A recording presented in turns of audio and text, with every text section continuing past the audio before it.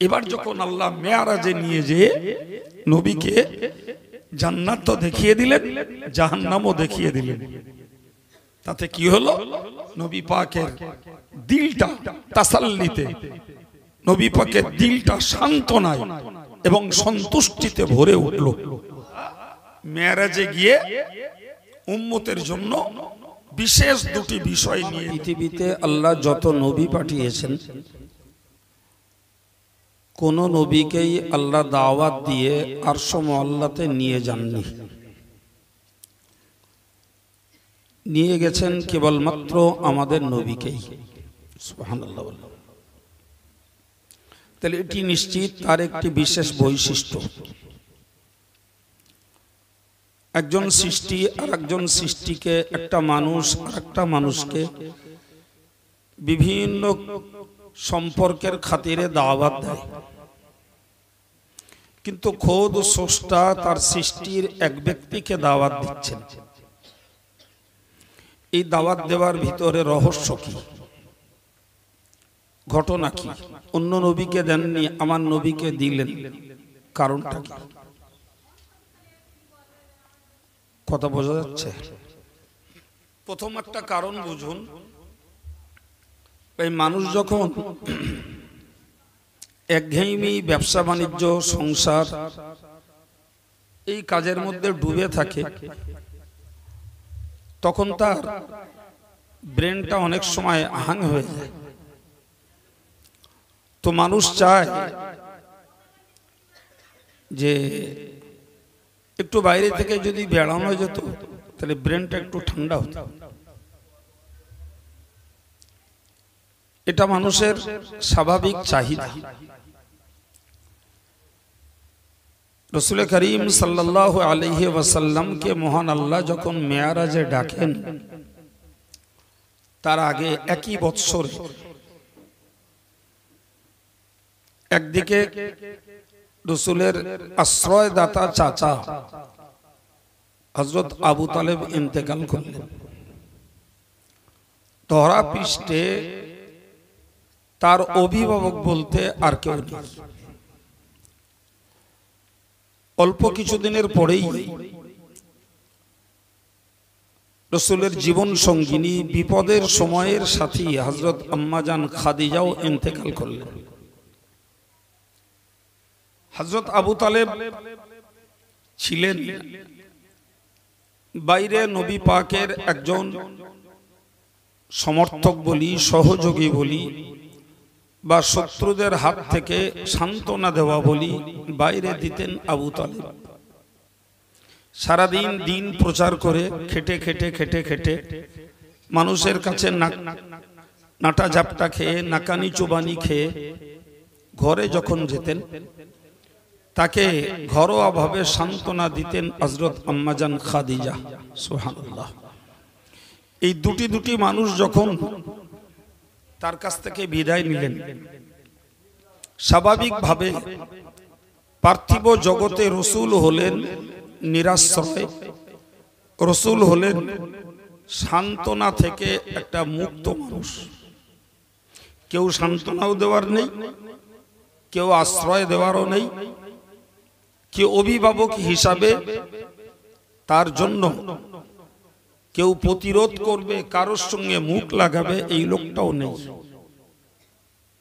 কারণ তখনও মক্কার জীবন চলছে, অত্যাচারের মাত্রা তখনও কমেনি। এরা কি করছে বাড়িতে?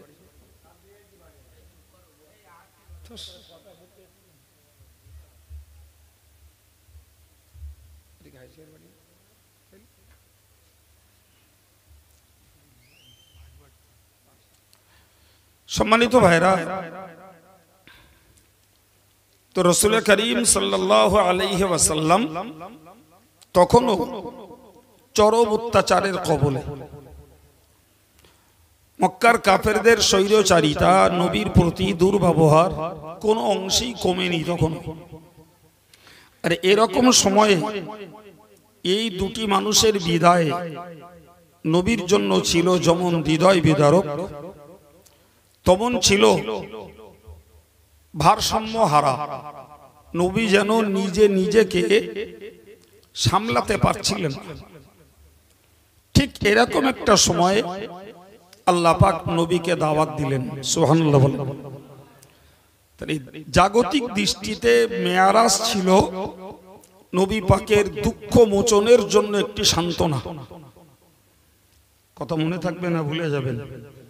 পাশাপাশি রাসূল করিম সাল্লাল্লাহু আলাইহি ওয়াসাল্লামের একটি বৈশিষ্ট্য, যে বৈশিষ্ট্যটা পৃথিবীর আর কোনো নবী পাননি, ফলে এটাও ছিল রাসূলের জন্য একটা আত্মতৃপ্তি, একটা মনের খুশি। প্রিয় ভাইরা আমার, এটা ছিল বাহ্যিক কারণ, কিন্তু ভিতরে আর একটা কারণ ছিল। সে কারণটা হলো এরকম যে আজ অবধি তথা রাসূল যখন মেয়ারাজে গেছেন তখন তার বয়স 51 বৎসর। এই 51 বৎসর বয়সের ভিতরে 11 বৎসর তিনি ধর্ম প্রচার করছেন। এই 11 বৎসর ধরে মানুষকে বুঝিয়ে এসেছেন জাহান্নামের ভয়, জান্নাতের আশা। বিশেষভাবে উল্লেখযোগ্য এই দুটি জিনিস, যে তোমরা যদি কলেমা পড়ো জান্নাতে যাবে, কলেমা যদি না পড়ো তোমরা জাহান্নামে যাবে। এই পর্যন্ত নবীর প্রচার ছিল স্রেফ কলেমার প্রচার। আর ওই সমাজে যে সমস্ত অসামাজিক কাজ, অশ্লীল কাজ, অনাচার, অত্যাচার চলত, এগুলোকে নবী সমাজ সংশোধনের জন্য বলতেন। যেমন বাপ মার প্রতি অবহেলা, সন্তানদেরকে খেতে দেওয়ার ভয়তে মেরে দেওয়া, প্রকাশ্য অশ্লীল কাজ করা, মানুষকে হত্যা করা, এই জাতীয় কাজগুলি তখন মক্কা নগরীতে দৌরত্বের সঙ্গে চলত। অবিচার, অত্যাচার এবং মানুষের প্রতি মানুষের হানাহানি। তো কলেমা ছাড়া এইগুলোকে নবী করিম সাল্লাল্লাহু আলাইহি ওয়াসাল্লাম ওই সমাজটার সংশোধনের জন্য বলতেন। সম্মানিত ভাইরা, প্রসঙ্গত বলতে পারা যায় যে রাসূল করিম সাল্লাল্লাহু আলাইহি ওয়াসাল্লাম আরব সমাজের প্রচলিত যে অমানসিক অত্যাচার আর দুর্ব্যবহার, এগুলোকে প্রতিরোধ করার জন্য নবী হওয়ার আগে থেকেই চেষ্টা করছিলেন। সুবহানাল্লাহ বল।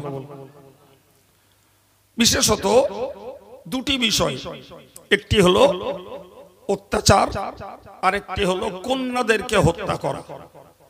এই দুটির বিরুদ্ধে নবী হওয়ার আগেও আমার নবী সামাজিক একজন ব্যক্তি হিসাবে ওইগুলোকে সংশোধনের চেষ্টা চালাতেন। এরপরে যখন তিনি নবী হলেন, তা তার প্রথম প্রচারের বার্তাই ছিল তোমরা আল্লাহকে এক বলে স্বীকার করো আর আমাকে রাসূল বলে মেনে নাও। গভীর কথা বলার মতন প্রয়োজন হবে না, যেহেতু আপনারা অশোনা মানুষ। তো ওই যে কথাটাই, ওটাই তো আরবের সর্বধর্মের মানুষদের বিরুদ্ধে চলে গেল।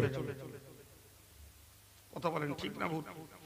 আরে তারা তো কেউ আল্লাহকে এক বলে জানতো না, কেউ আল্লাহকে এক বলে স্বীকার করতো না। এক একজনের এক এক মত। ইহুদিরা বলতো উজাইর আল্লাহর ছেলে, খ্রিস্টানরা বলতো ঈসা নবী আল্লাহর ছেলে, মুশরিকরা বলতো ফেরেশতারা আল্লাহর মেয়ে, অগ্নি উপাসকরা বলতো আগুন পূজা দিলে আমাদের আর জাহান্নামে পোড়াবে না। ওদিকে সূর্যদেব একদলকে পূজা করত, সব থেকে বড় অগ্নিপিণ্ড হলো সূর্য, এরে পূজা দিলেই জাহান্নাম থেকে বাঁচা যাবে। আবার কেউ তারকাকে খোদা বলতো, তারা তারার পূজা করত। তো এই যে বিষয়গুলি, একটিও তো আল্লাহ পাকের পক্ষে নয়। একটাও কি পক্ষে? না, আল্লাহ নিষেধ করলেন লা তাসজুদু লিশ-শামসি ওয়ালা লিল-কমার, তোমরা আল্লাহকেও, তোমরা সূর্যকেও সিজদা করো না, চন্দ্রকেও না। আসজুদু লিল্লাহিল্লাযী খালাকাহুন্না ইন কুনতুম ইয়াহু তা'বুদুন, যদি সত্যি তোমরা ইবাদত করতে চাও তাহলে সূর্য, চন্দ্র, গ্রহ, নক্ষত্র, ঈসা নবী, ওজায়ের নবী, এদেরকে যে আল্লাহ সৃষ্টি করেছেন ওই আল্লাহকে তোমরা সিজদা করো। সুবহানাল্লাহ বলবেন না? এটাও কোরআনের নির্দেশ। কিন্তু এই অবুঝ জাতি এর একটি কথাও মেনে নেয়। আল্লাহ যখন বলেছিলেন উসজুদু লির-রহমান, তোমরা রহমানকে সিজদা করো, সুবহানাল্লাহ, ক্বালু, তারা বলল ওমার রহমান, সে রহমান আবার কি? নাউযুবিল্লাহ বললেন না? তার মানে কি তারা আল্লাহ চিনতো নাকি? হ্যাঁ, আল্লাহ যদি চিনতো তারা তাহলে এই প্রশ্ন তুলতো না যে রহমান কে। আল্লাহ পাক তার জবাব দিয়ে বললেন আর রহমান আল্লামাল কোরআন, রহমান তিনি যিনি কোরআন শিখিয়েছেন। আর তো মন খুলে বলে, এই স্পষ্ট কথা আল্লাহ বলার পরেও তারা আল্লাহর ইবাদত করেনি, আল্লাহকে এক বলেও জানি না। সুতরাং আমার রাসূলের ওই একটি কথাই তাদের সব দলের বিরুদ্ধে চলে গেল, সবার বিরুদ্ধে, এবং তারা পূর্ণ শক্তি নিয়োগ করে রাসূলুল্লাহর বিরোধিতায় মেতে উঠল। এর মাঝখান থেকে রাসূলের জীবন সঙ্গিনী, তার বিপদের সময়কার বিবি আম্মাজান খাদিজাও বিদায় নিলেন, তার চাচা আবু তালেবও বিদায় নিলেন। আবার এদিকে নবী ওদেরকে বলছেন যে মান ক্বালা লা ইলাহা ইল্লাল্লাহ ফাদাখালাল জান্নাহ, যে লা ইলাহা ইল্লাল্লাহর প্রতি আস্থা রাখবে সে জান্নাতে প্রবেশ করবে। ওদিকে যারা লা ইলাহা ইল্লাল্লাহর স্বীকৃতি দেবে না তাদেরকে জাহান্নামে প্রবেশ করতে হবে। সম্মানিত ভাইরা, রাসূল করিম সাল্লাল্লাহু আলাইহি ওয়াসাল্লামকে আল্লাহ পাক মেয়ারাজে ডেকে নিলেন।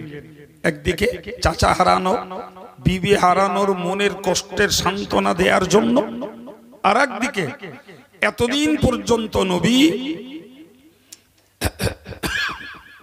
যে জান্নাতের বয়ান দিয়ে এসেছেন সেও তো না দেখে, সেও কি যে জাহান্নামের ভয় মানুষকে দেখিয়েছেন সেও না দেখে আল্লাহ পাক নবীকে ডাকলেন, ডেকে জান্নাত জাহান্নাম সব দেখিয়ে দিলেন। আর একটু মন খুলে বলা যাবে জান্নাত জাহান্নাম, ভাই যে বিষয়টি কানে শুনে বিশ্বাস করা যায়, চোখে দেখলে পরে বিশ্বাসটা গাঢ় হয়, এটা সবার জন্য, সবার জন্য। হযরত নবী ইব্রাহিম আলাইহিস সালাম আল্লাহকে বলেছিলেন রব্বি আরিনি কাইফা তুহিল মাউতা, হে আল্লাহ আপনি আমায় একটু দেখান আপনি মৃতকে কি করে জীবন্ত করবেন। কথা বোঝা? আমরা তো এই পর্যন্ত কোন মরা লোককে জ্যান্ত হতে আমরা দেখিনি, কিন্তু আজীবন কাল আমাদের আলেমেরা আমাদেরকে শুনিয়ে আসছে যে আমরা মরে যাওয়ার পরেও আবার আমাদেরকে উঠতে হবে।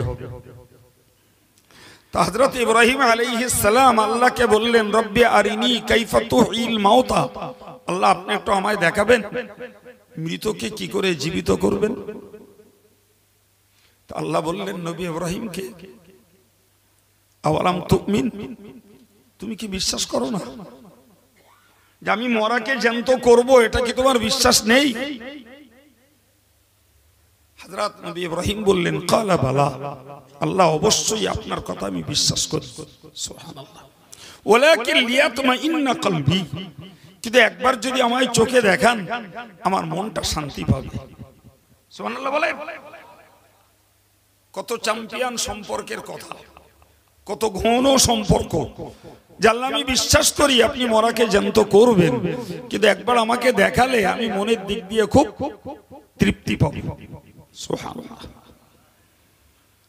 পরের কথা একটুখানি শুধু বলে দিচ্ছি, আমার আলোচনা ওইখানটায় নয়, তবু আপনাদের একটু তৃপ্তির জন্য বলছি। আল্লাহ বললেন এক কাজ করে ইব্রাহিম, তুমি 4টে পাখি জোগাড় করো। কটা বললেন? 4টে। এই 4টে পাখিকে পোষো এবং পোষ মানাও। 4টে পাখিকে পোষো এবং পোষ মানাও। হযরত নবী ইব্রাহিম আলাইহিস সালাম তার মনে চাইল একটা শগুন, একটা ময়ূর, একটা কাক, একটা মোর, এই 4টে পাখি তিনি পোষ মানালেন। তো যখন ওই পাখিগুলো তার পোষ মেনে নিল, হযরত নবী ইব্রাহিমকে আল্লাহ বললেন এই পাখিগুলোরে পোষ মানার পরে তুমি জবাই করো, আর জবাই করে তাদের পশমগুলো পরিষ্কার পরিচ্ছন্ন করে গোশতগুলো কোটো, আর কুটে এই 4টে গোশত সব একসঙ্গে করো, আর করে তোমার নিকটস্থ 4টে পাহাড়ে 4 দলা রেখে এসো। কড়া পাখি আর গোশত সব একসঙ্গে হয়ে গেছে। আচ্ছা, পাখির গোশত এভাবে একসঙ্গে করলে সহজে বোঝা যায়? সেই গোশতগুলো 4 ভাগ করে এ পাহাড়ে 1 ভাগ, ও পাহাড়ে 1 ভাগ, এই করে 4 ভাগ রেখে দিয়ে উনি দূরে যেয়ে দাঁড়ালেন। আল্লাহ বললেন তোমার ইচ্ছা মতো তুমি যে কোনো একটা পাখির নাম ধরে ডাকো। হযরত ইব্রাহিম ডাকলেন, ডাকতেই দেখছেন একটা করে পাহাড় থেকে যে নামে ডাকছে একটা করে একদম রেডি পাখি উড়ে তার কাছে চলে আসছে। সে ময়ূরও এলো, সে মোরগও এলো, শগুনও এলো, কাক, 4টা। আল্লাহ বললেন হে ইব্রাহিম ওয়ালাম আন্নাল্লাহ আজিজুন হাকীম, তুমি জেনে নাও আমি আল্লাহ যেমন পরাক্রমশালী তেমন বিজ্ঞানময়। ফলে মৃতকে জীবিত করা আমার পক্ষে আদৌ কঠিন নয়। তুমি যেটা দেখতে চাইছিলে তোমার চোখের সামনে দেখিয়ে দিলাম। আমার বলার উদ্দেশ্য এই জায়গাটাই, নবী ইব্রাহিম একবারও সন্দেহ করেননি যে আল্লাহ পাক মরাদেরকে জীবন্ত করবেন না। তিনি এক কথাই বলেছেন আল্লাহ আমি ঈমান এনেছি আপনার কথার উপরে, কিন্তু আমি একটু দেখতে চাইছি, দেখলে কি হবে? মনটা তৃপ্তি পাবে, দেখলে বিশ্বাসটা গাঢ় হবে। সম্মানিত ভাইরা, আমার নবীর আগের নবী ইব্রাহিম, তো আমার নবীকে আল্লাহ জান্নাত জাহান্নামের সব বয়ান দিয়েছেন। নবী সেটাকে অকপটে বিনা কিন্তু কথায় বিশ্বাস করেছেন এবং বিশ্বাসের ভিত্তিতে মানুষের কাছে প্রচার দিয়েছেন। এবার যখন আল্লাহ মেয়ারাজে নিয়ে যেয়ে নবীকে জান্নাত তো দেখিয়ে দিলেন, জাহান্নামও দেখিয়ে দিলেন, তাতে কি হলো? নবী পাকের দিলটা তাসাল্লিতে, নবী পাকের দিলটা সান্ত্বনায় এবং সন্তুষ্টিতে ভরে উঠল। এরপর মানুষকে আমাদের দেশের কথায় বলতে হয়, রাসূলুল্লাহ বুক ঠুকে বলতে পারবেন। কথায় বলেন আমাদের দেশে বুক ঠুকে বলা, বুক ঠুকে বলা কথা মানুষ কখন বলে? যখন সেই বিষয়ে তার মনের ভিতরে সূচের আগা পরিমাণ আর সন্দেহ থাকে না। তাহলে মেয়ারাজে আল্লাহ তার নবীকে নিয়ে গেছেন, আমি আপনাকে বুঝিয়েছি 2টি কারণ। একটি কারণ হলো তার আপনজনের মৃত্যুতে তাকে মানসিক সান্ত্বনা দেওয়া, আর একটি হলো গোটা পৃথিবীর ঈমানওয়ালাদের জীবনের কিংবা জীবনের আমল অথবা বেঈমান বা ঈমানওয়ালাদের বেআমল জীবনের জন্য যে শেষ পরিণতি আল্লাহ ওয়ালাদের জন্য জান্নাত, আল্লাহ ভোলাদের জন্য জাহান্নাম, এইটাকে সচক্ষে নবীকে দেখিয়ে দেওয়া। সুবহানাল্লাহ। পরের কথা বলছি, রাসূল করিম সাল্লাল্লাহু আলাইহি ওয়াসাল্লাম আল্লাহ পাকের সঙ্গে কথা বলেছেন। এ পর্যন্ত কোরআন হাদিস থেকে আমরা জানতে পারি। কিন্তু একটা বিষয় আপনাদের ভুল ভাঙা দরকার, সেটি হলো যে রাসূলুল্লাহ আল্লাহ পাককে দেখেছিলেন না দেখেন, এই ব্যাপারটা একটু ছাড়িয়ে নেওয়া। রাসূলুল্লাহ আল্লাহকে দেখেছিলেন না না দেখেই কথা বলেছিলেন? ওই যে রাকিব সাহেব বলছিল আত্তাহিয়াতু লিল্লাহি ওয়াস সালাওয়াতু, মনে আছে? এই যে কথা বললেন, আর আল্লাহ পাক তার কথার জবাবও দিলেন। কিন্তু মনে রাখতে হবে রাসূলুল্লাহ আল্লাহকে মিরাজের রাতে দেখেন। সুন্নাতুল জামাতের আকীদা যে রাসূলুল্লাহ আল্লাহ পাককে, আপনাদের বলো অনেকের মনের ভিতরে এই বিশ্বাসটা হয়ে রয়েছে যে রাসূল মিরাজে আল্লাহকে দেখেছিলেন, কিন্তু নয়, একদম নয়। আল্লাহ এমন একটা জাত সত্তা যে তাকে দেখার কোনো উপায় এমনি নাই। আম্মা জান আয়েশা সিদ্দিকা রাদিয়াল্লাহু আনহা নবীকে জিজ্ঞাসা করেছিলেন যে আপনি কি মিরাজে আল্লাহকে দেখেছিলেন? তো রাসূল করিম তার জবাবে বলেছিলেন কাইফা আরা, আমি কেমন করে দেখব, হুয়া নূর, সেটা তো একটা আলো, দেখব কি? সুতরাং রাসূলুল্লাহ আল্লাহকে মিরাজে রাত্রিতে দেখেননি, কথা যা হয়েছে পর্দার ব্যবধান। এখন এই পর্দার ব্যবধানের কথায় আল্লাহ পাক তার নবীকে দিলেন 50 ওয়াক্ত নামাজ আর রমজান মাসের রোজা, এবং দুটোই করে দিলেন নবী এবং নবীর উম্মতের জন্য কম্পালসারি ডিউটি, এডিশনাল নয়, স্বেচ্ছাচারিতায় নয়, আবশ্যকীয় দায়িত্ব। তোমাকেও 5 ওয়াক্ত নামাজ পড়া লাগবে, তোমার উম্মত যারা ঈমানওয়ালা ঈমানওয়ালি নারী পুরুষ সকলকেই 50 ওয়াক্ত নামাজ পড়া লাগবে, এবং রমজান মাস এলে রোজা রাখা লাগবে। রমজান মাস তার আগে থেকে আছে, তার আগে থেকে কোরআন শরীফে আল্লাহ বলেছেন যে যখন থেকে পৃথিবী সৃষ্টি হয়েছে, ইন্না ইদ্দাতাশ শুহুর ইনদাল্লাহ 12 শাহরা ফি কিতাবিল্লাহ ইয়াওমা খালাকাস সামাওয়াতি ওয়াল আরদ। কোরআন বলছে এই যে মাসের গণনা 12টা, আরবি মাসও, আরবি বৎসরও 12 মাসে, ইংরেজিও 12 মাসে, বাংলাও 12 মাসে। অবাক কাণ্ড, কোরআন বলছে আল্লাহ পাকের কাছে মাসের গণনা হলো 12টা। সুবহানাল্লাহ।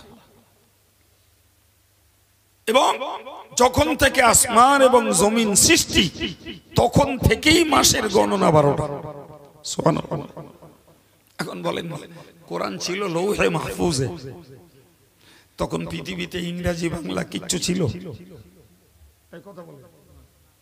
কোরআন এসেছে আমার নবীর কাছে মাত্র 1400 বছর আগে, 1400 কয়েক বছর বেশি হয়েছে, কিন্তু তার আগেও তো পৃথিবী ছিল। এখন 1400 বছর আগে পৃথিবীতে কোরআন এসেছে, আর নবী ঈসা আলাইহিস সালামের জন্ম থেকে খ্রিস্টাব্দ পালন হচ্ছে। কিন্তু 12 মাস ওরা কোথায় পেল? ওরা কোথায় পেল 12 মাস? আজ কোরআন থেকে আমরা বুঝছি যে বৎসরের 12টা মাস নির্ণয় করেছেন কে? জোরে বলেন, আবার বলেন, মুখস্থ রাখেন। জি, পৃথিবীর প্রাচীন ধর্মই হলো ইসলাম, আর প্রাচীনতম কালাম হলো আল্লাহর কালাম। আল্লাহর কালাম আল্লাহ পৃথিবীতে পাঠিয়েছেন লেটে, কিন্তু ও কালাম রেডি ছিল লৌহে মাহফুজে। আর সেই লৌহে মাহফুজে লেখা ছিল মাসের গণনা কটা? 12টা। আর সেই 12 মাসের 9ম মাস হলো রমজান মাস। মেরাজের রাতে আল্লাহ পিছনের 8 মাস, সামনের 3 মাস সব বাদ দিয়ে রমজানটাকে রোজার জন্য নির্ধারিত করে দিলেন। তাহলে রাসূলুল্লাহ মেরাজে গিয়ে উম্মতের জন্য বিশেষ দুটি বিষয় নিয়ে এলেন। একটা হলো 50 ওয়াক্ত নামাজ, আর একটা হলো 1 মাসের রোজা ধরে নেন, কখনো 29টাও হয়। সম্মানিত ভাইরা, রাসূল যখন মেরাজে গেছিলেন, তো মেরাজে যখন গেছিলেন তো আল্লাহর আরশ মুআল্লা হলো 7 আসমানের উপরে।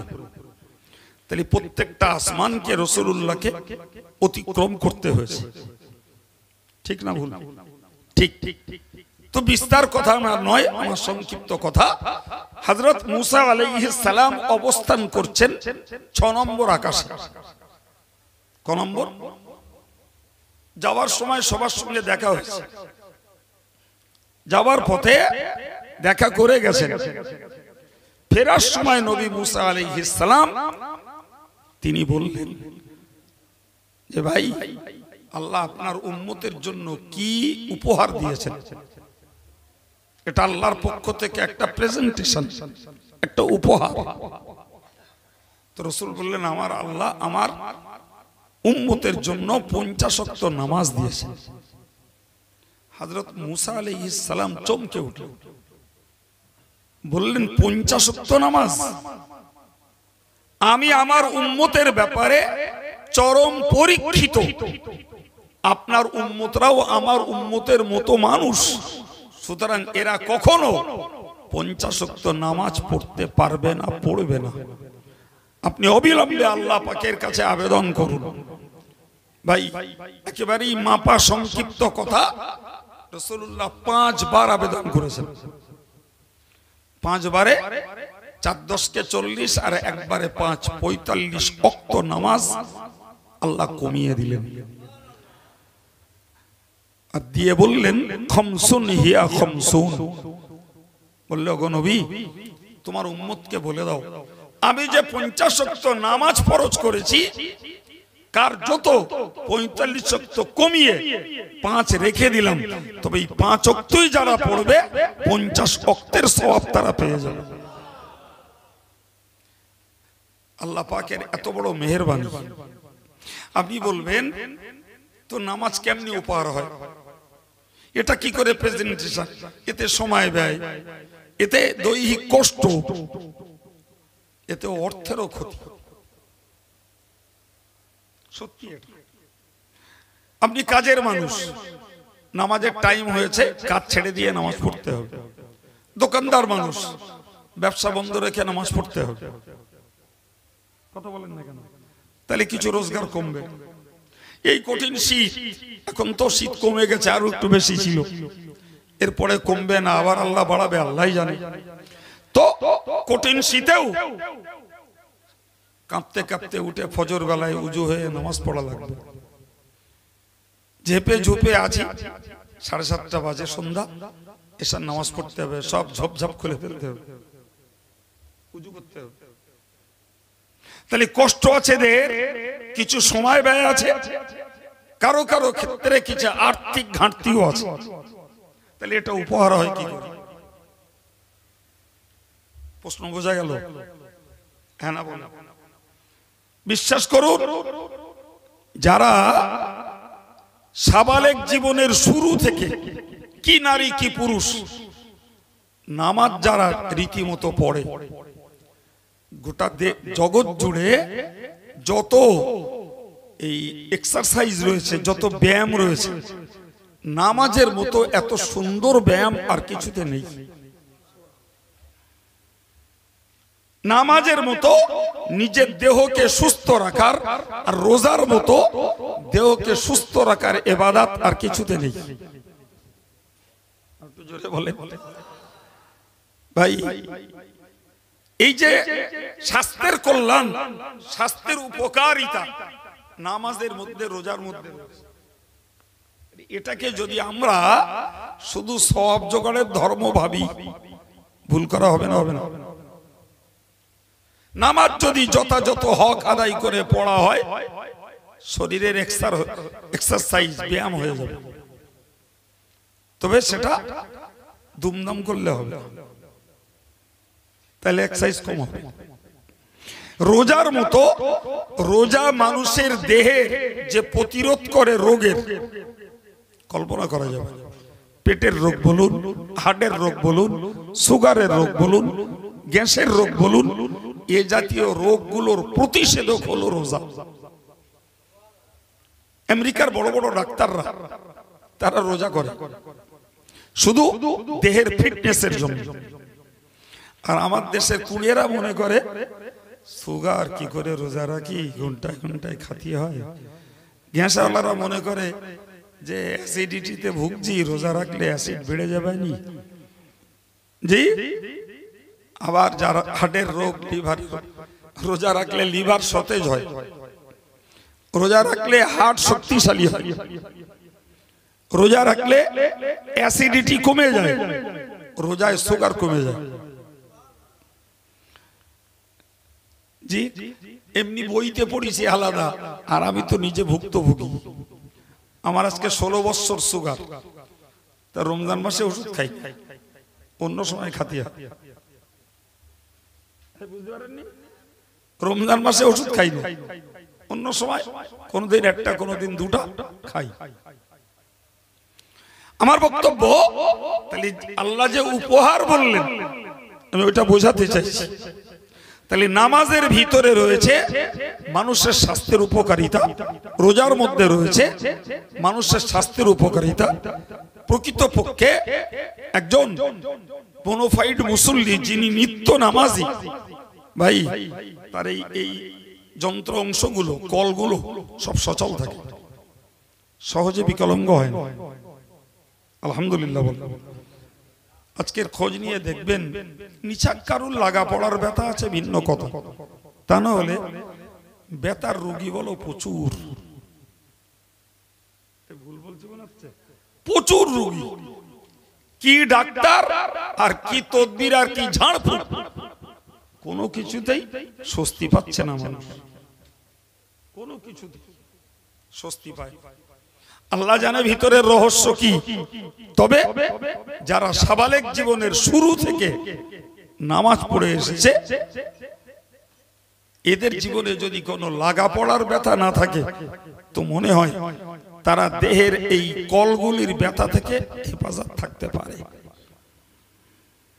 সুতরাং মানুষের সুস্বাস্থ্য এবং সুন্দর জীবনের জন্য রোজা নামাজ একটা উপহার। নাম্বার 2 ভাই, এই নামাজটার ভিতরে কতগুলো উপকার আপনি বুঝুন। প্রথমত দেহের পবিত্রতা, দ্বিতীয়ত মনের পবিত্রতা, তৃতীয়ত নামাজের মধ্য দিয়ে একটা ডিসিপ্লিন, নামাজের মধ্যে দিয়ে সময়ের সচেতনতা। কথা বলেন, নামাজ কি যখন তখন পড়লে হয় নাকি? সেটা যে একটা টাইমলি পড়তে হয়। এক নামাজের অভ্যাসের মানুষের ভিতর দিয়ে যাবতীয় কাজগুলো রুটিন মাফিক হয়। কিন্তু নামাজের টেনশন যাদের মাথায় নেই, ও কখন খেলছে আর কখন চার দোকানে সময় কাটছে জি, আর কখন কোষায় বসে আড্ডা দিচ্ছে, ওর ঘড়ির দিকে খেয়াল থাকে না। গল্প মারতে মারতে হঠাৎ 3টে বেজে গেছে, চল চল চল বাড়িতে খাবো কখন।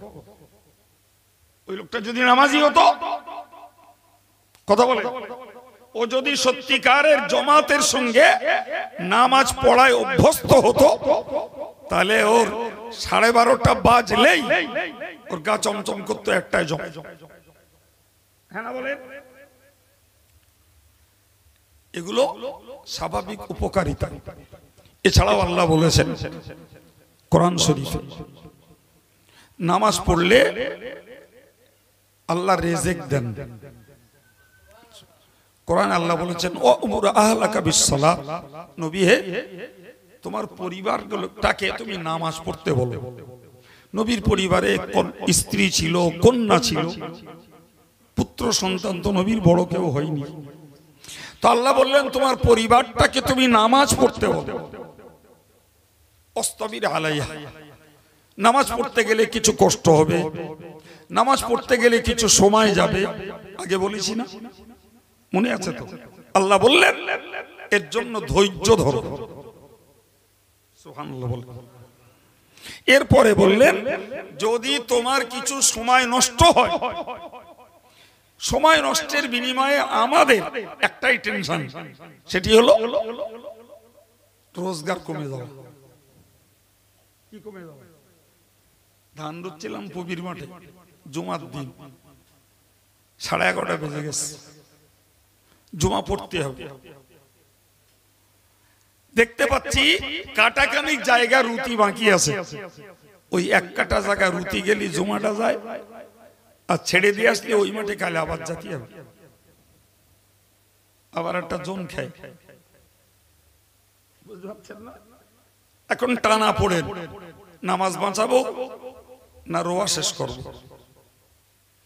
আল্লাহ পাক বললেন লা নাসআলুকা রিজকান, এই বান্দা নামাজ তো পড়বি আমার, তো তোর রুজির ঘাটতি পড়বে না রোজগারের ঘাটতি পড়বে, ও টেনশন তোর কেন? আমি কি তোর কাছে রুজি চাই? কি চ্যাম্পিয়ন কথা আল্লাহর, আমি কি তোর কাছে রুজি চাই? নাহনু নারযুকুক, তোর রুজি তো আমি দেই। আর একটু জোরে বলে, তাহলে তোর রুজি আমি দেই, নামাজ পড়তে গেলে তোর রুজির টান পড়বে, এই দুশ্চিন্তা তোর মাথায় কেন আসছে? আল্লাহু আকবার, কত স্পষ্ট কথা আল্লাহর। জি ভাই, মক্কার মানুষেরা বছরে দুবার ব্যবসা করত, দুবার মক্কা থেকে মাল নিয়ে যেত, একটা সিজনে শাম দেশে, আর একটা সিজনে যেত ইয়ামানে। জি, তো শাম দেশে যেত গ্রীষ্মকালে, আর ইয়ামান দেশে যেত শীতকালে। এই দুবারের তাদের ব্যবসা, ইম্পোর্ট এক্সপোর্ট। এখানকার মাল ওখানে রপ্তানি করত, আর ওখানকার মাল এখানে আমদানি করত। এই দুটো ব্যবসার ভিতর দিয়েই তাদের সংসারের জীবিকা নির্বাহ হতো। এটা অনেক দিনের মক্কাবাসীদের চিরচারিত ব্যবসার অভ্যাস। জি, আল্লাহ পাক আমার নবীর জমানায় একটা সূরা নাজিল করলেন, নাজিল করে বললেন ইলাফি কুরাইশ, কুরাইশদের অভ্যাস। কি অভ্যাস? ইলাফিহিম রিহলাতাশ শিতাই ওয়াস সাইফ, তাদের অভ্যাস হলো শীতকালে একটা সফর করা আর গ্রীষ্মকালে আর একটা সফর করা। কিসের জন্য? ব্যবসার জন্য। আল্লাহ পাক বললেন ফালিয়াবুদু রাব্ব হাযাল বাইত, ওদের উচিত এই কাবার যিনি মালিক তার ইবাদতটা করা। আর একটু জোরে বলেন, ওরা তো শুধু অর্থ রোজগারের জন্য ব্যবসাটাই মাধ্যম বানিয়েছে। ভাই আমাদের দেশে, আমাদের সমাজে, গা গ্রামে কত লোক আছে রে বাবা, জি শুধু রোজগারের জন্যই চোখ মুস্তি মুস্তি মাঠে যায় আর ঘুম জড়িয়ে দেয় বাড়ি আসে। রোজগারের জন্য আধ রাত উঠে চলে যাচ্ছে কোথায়? কলকাতায়। সেই বিকেল 2:30-3টার সময় বাড়ি আসছে। হ্যাঁ, এদের ধান্দাই হলো রোজগার। দোকানদাররাও তাই, দোকানদারি করছে। সকাল 6টায় খুলছে, বেলা 2টোয় বন্ধ করছে, বাড়ি যেয়ে গোসল করে খেয়ে আবার 4টায় খুলছে, রাত 10টায় বন্ধ করছে, চলছে।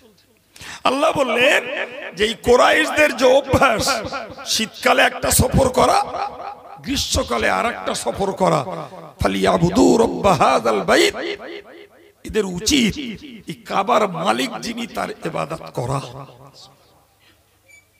কাবার মালিক কে? আল্লাহ। আমাদের মালিকও আল্লাহ। আল্লাহ বললেন কারণ আল্লাযী আত'আমাহুম মিন জু', ওই আল্লাহই তোরে ক্ষুধায় খাওয়ায়, সুবহানাল্লাহ, ওয়া আমানাহুম মিন খাউফ, আর ওই আল্লাহই সকল ভয়ে তোমাকে নিরাপত্তা দান করে। এ থেকে আরো একটা জিনিস অতিরিক্ত শিখতে পারলাম, সেটি হলো যে নামাজ পড়লে যেমন ক্ষুধায় রুজি পাওয়া যায়, তেমন ভয় লাগলে নিরাপত্তা পাওয়া যায়। কিসের বিনিময়? জোরে বলেন। নামাজের বিনিময়। এখন বলেন, যে নামাজের বিনিময়ে বান্দা তার রুজিতে বরকত পায়, সচ্ছলতা পায়, যে নামাজের বিনিময়ে বান্দা বান্দি ভয়ে নিরাপত্তা পায়, এটা বলেন আল্লাহর পক্ষ থেকে বান্দার উপহার কিনা? বোঝাতে পারছি আপনাকে কথা? উপহার কিনা ঠিক করে বলুন। তাহলে একদিকে স্বাস্থ্যের উপকারিতা, রুজি রোজগারের সচ্ছলতা, সেই সঙ্গে ভয়ের নিরাপত্তা। অন্য আয়াত পাকে আল্লাহ বলেছেন, ইয়া আইয়ুহাল্লাযীনা আমানু, হে ঈমানদারেরা, ইস্তাঈনু, তোমরা সাহায্য চাও। কি বললেন? হে ঈমানদারেরা, তোমরা সাহায্য চাও বিসবরি, ধৈর্যের মধ্য দিয়ে, ওয়াসসালাত, আর নামাজের মধ্য দিয়ে। এ থেকে কি বুঝতে পারা যায়? যারা নামাজ পড়ে আর ধৈর্য ধরে, আল্লাহ এদেরকে বিপদেও সাহায্য করে। আর একটু জোরে বলেন, বিপদে কি করেন? সে তার মাধ্যমটা ওই নামাজ। ধৈর্য ধরো আর নামাজ পড়ো, অধৈর্য হয়েও নামাজ পড়লে হবে না, আর শুধু ধৈর্য ধরবো নামাজ পড়বো না তাও হবে না। আল্লাহ দুটোই একসঙ্গে বলেছেন, দুটোই, নামাজও চাই, ধৈর্যও চাই, ধৈর্যও চাই, নামাজও চাই। দুইয়ের বিনিময়ে তোমাকে আল্লাহ সাহায্য করবেন। তাহলে এটাও নামাজের আরেকটি উপকারিতা। কথা ক্লিয়ার? এরপরে যদি আপনি বলেন, তাহলে আমি আপনাকে আরো দু একটা কথা বলতে পারি। ভাই, যে মানুষগুলো নামাজ পড়েন, যে মানুষগুলো নামাজ পড়েন, এদের মরণটা আল্লাহ ঈমানের সঙ্গে সহজে করাবেন, এটা হাদিসের ঘোষণা। বাকি আমাদের ত্রুটি বিচ্যুতি থাকলে ভিন্ন জিনিস। তাহলে নামাজ যদি আমি যথাযথ, আমার ভাই, আমার মা বোন, নামাজ যদি যথাযথ পড়েন, তাহলে তিনি সহজ মরণ পাবেন। ভাই, অনেক নামাজি আমরা আছি, যে নামাজিরা নফসের তাড়নায় কোনো গুনার কাজ করি। একটু বলবেন কথাটা সত্যি না মিথ্যা? আমরা নামাজি মানে একেবারে যে পাপ মুক্ত, এ কথা সবাই আমরা সাহস করে বলতে পারবো না। নামাজ কালাম পড়া সত্ত্বেও কখনো সখনো আমরা পাপে জড়িয়ে পড়ি। ভাই, এই পাপী মানুষগুলো যদি তওবা করে না মারা যায়, তওবা করে না মারা যায়, তাহলে এদের পাপের জন্য জাহান্নামে যেতে হবে। কথা বোঝা গেল? পাপের জন্য জাহান্নামে যাবে, এবং পাপের পরিমাণ মতো তাকে জাহান্নামে জ্বলতে হবে। কিন্তু রাসূল করিম সাল্লাল্লাহু আলাইহি ওয়াসাল্লাম এই জাহান্নামের জেল খাটা, জাহান্নামের ভোগ করা মানুষগুলোকে মুক্ত করার জন্য বারবার আল্লাহ পাকের কাছে আপিল করতে থাকবেন। সুবহানাল্লাহ। তো যখন আল্লাহ অনুমতি দেবেন, তো রাসূল করিম আল্লাহর কাছে বলবেন, আল্লাহ, আপনি আমাকে যদি অনুমতি দেন, তাহলে আমি জাহান্নাম থেকে আমার আযাব ভোগ করা উম্মত উম্মতানিদেরকে বার করে আনব। আল্লাহ বললেন, না, তোমাকে জাহান্নামে যাওয়া হবে না। যে কথিত রয়েছে, রাসূল যদি জাহান্নামে যান, জাহান্নামের আগুন নিভে যাবে। ফলে অপরাধীদের শাস্তি দেওয়ার জন্য আল্লাহর ওই ব্যবস্থাপনা ব্যর্থ হবে। অতএব যাওয়া হবে। কে যাবে? আল্লাহর নির্দেশে ফেরেশতা যাবে। জি, তো ফেরেশতারা রাসূলকে জিজ্ঞাসা করবেন যে, তোমার উম্মতদেরকে চিনব কি করে, কিভাবে চিনব? সম্মানিত ভাইরা, প্রিয় নবী উম্মত ফেরেশতাদেরকে বলে দেবেন, আমার যারা এই উম্মত নাজাতের উপযুক্ত, তারা নামাজ পড়ার জন্য ওযু করত। নামাজ পড়ার জন্য কোরআনের নির্দেশ, ইযা কুমতুম ইলাস সালাত ফাগসিলু উজুহাকুম ওয়া আইদিয়াকুম ইলাল মারাফিকি আমসাহু বিরুসিকুম ওয়া আরজুলাকুম ইলাল কাবাইন। আল্লাহ বললেন, তোমরা নামাজ পড়তে ইচ্ছা করছো, তার আগে যাও, তুমি আগে সুচিতা অবলম্বন করো, আগে পবিত্র হও। তো চারটে আবশ্যকীয় হুকুম দিলেন। নাম্বার 1, মুখ ধৌত করো, চুল ওঠার গোড়া থেকে থুতনির নিচে পর্যন্ত এই অংশ। দাড়ি ঘন থাকলে খেলাল করতে হবে, পাতলা থাকলে দাড়ির ভিতরের চামড়াতেও পানি পৌঁছাতে হবে। নাম্বার 2, কোনুই সমেত 2 হাতকে ধৌত করতে হবে। নাম্বার 3, এই কপাল পরিমাণ, তার মানে ধরুন 4 আঙ্গুলি ধরে নিলাম, এইটুকু মাথা মোছা করলে ফরজ হুকুম পালন হবে, কিন্তু গোটা মাথাটা মোছা করা সুন্নাত। 4 নম্বর, পার গাঁটলি সমেত পাটাকে ধৌত করা। রাসূলুল্লাহ ফেরেশতাকে বলে দেবেন, আমার উম্মতেরা নামাজ পড়তো, বিনিময়ে তাদের উজু করতে হতো, আর এই উজুর কারণে জাহান্নামে তারা জ্বলছে, কিন্তু উজুর এই অঙ্গগুলো ওই অন্ধকারের ভিতরে প্রত্যেকটা নামাজি এই অঙ্গগুলো জ্বলছে, উজ্জ্বলতা, এদের ভিতরে একটা শুভ্রতা দেখতে পাওয়া যাবে। তো যাদের চেহারা সাদা, যাদের মাথা সাদা, যাদের হাতগুলো সাদা, যাদের পা গুলো সাদা, এরাই আমার পাপিষ্ঠ জেলখাটা উম্মত। এরা পৃথিবীতে নামাজ পড়তো, ওই নামাজের উজুর কারণে জাহান্নামে ওদেরকে চিনে নেওয়া যাবে।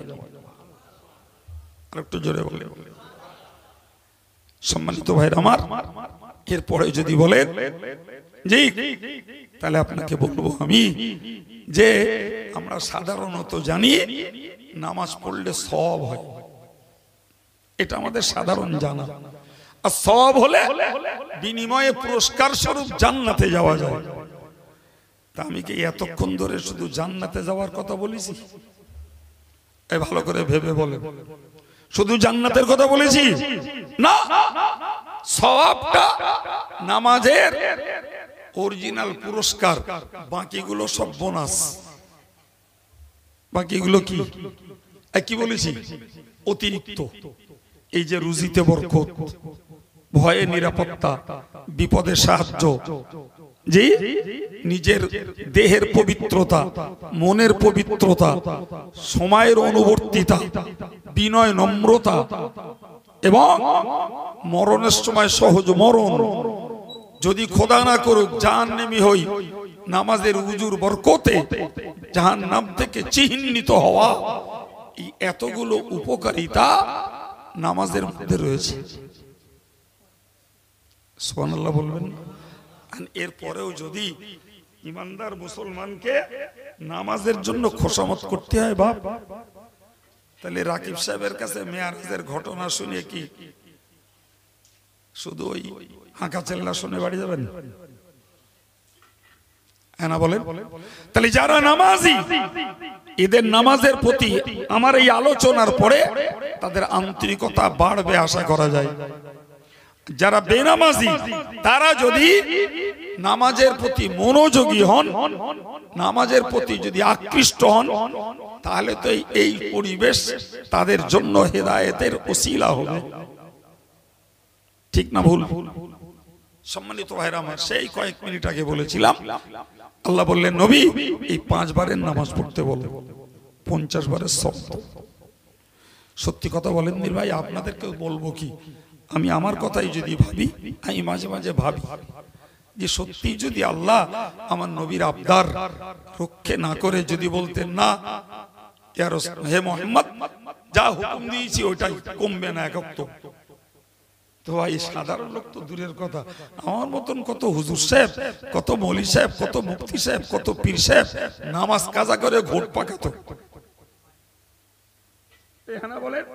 কারণ হিসাব করলে দেখা যাবে প্রতি 28 মিনিট অন্তর একত্র করে নামাজ পড়তে।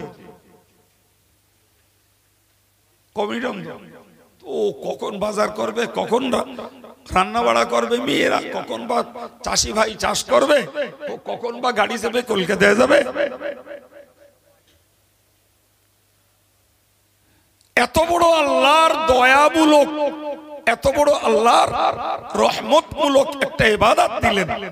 আল্লাহ কোরআনে বলেও দিলেন, মান জা বিল হাসানাতি ফালাহু আশরু আমসালিহা। তুমি শুধু নামাজ নয়, আল্লাহ বিধান বানিয়ে দিলেন, যে কোনো একটা নেকির কাজ তুমি করবে, আমি আল্লাহ বিনিময়ে তোমায় 10 গুণ দিয়ে দেবো। ওই যে 5 বারে 10 গুণ হলে কত হয়? হাই বলে 50। আল্লাহ বললেন প্রত্যেকটা ইবাদত তুমি করবে একটা, আমি দেবো 10টা। 1 গুণ করলে 10 গুণ পাওয়া যাবে। তো আমাদের দেশে ওই মাদ্রাসায় মসজিদে যখন দান তোলে, তখন হুজুররা ওইটা বলে বেশি, শোনেননি যে 1 টাকা দিলে 10 টাকা পাওয়া যাবে? শোনেননি জীবনে? হ্যাঁ ভাই, মনে রাখুন, ওইটা শুধু দানের ক্ষেত্রে নয়, বরং প্রত্যেকটা ইবাদতের ক্ষেত্রে আল্লাহ পাকের অপার কৃপা।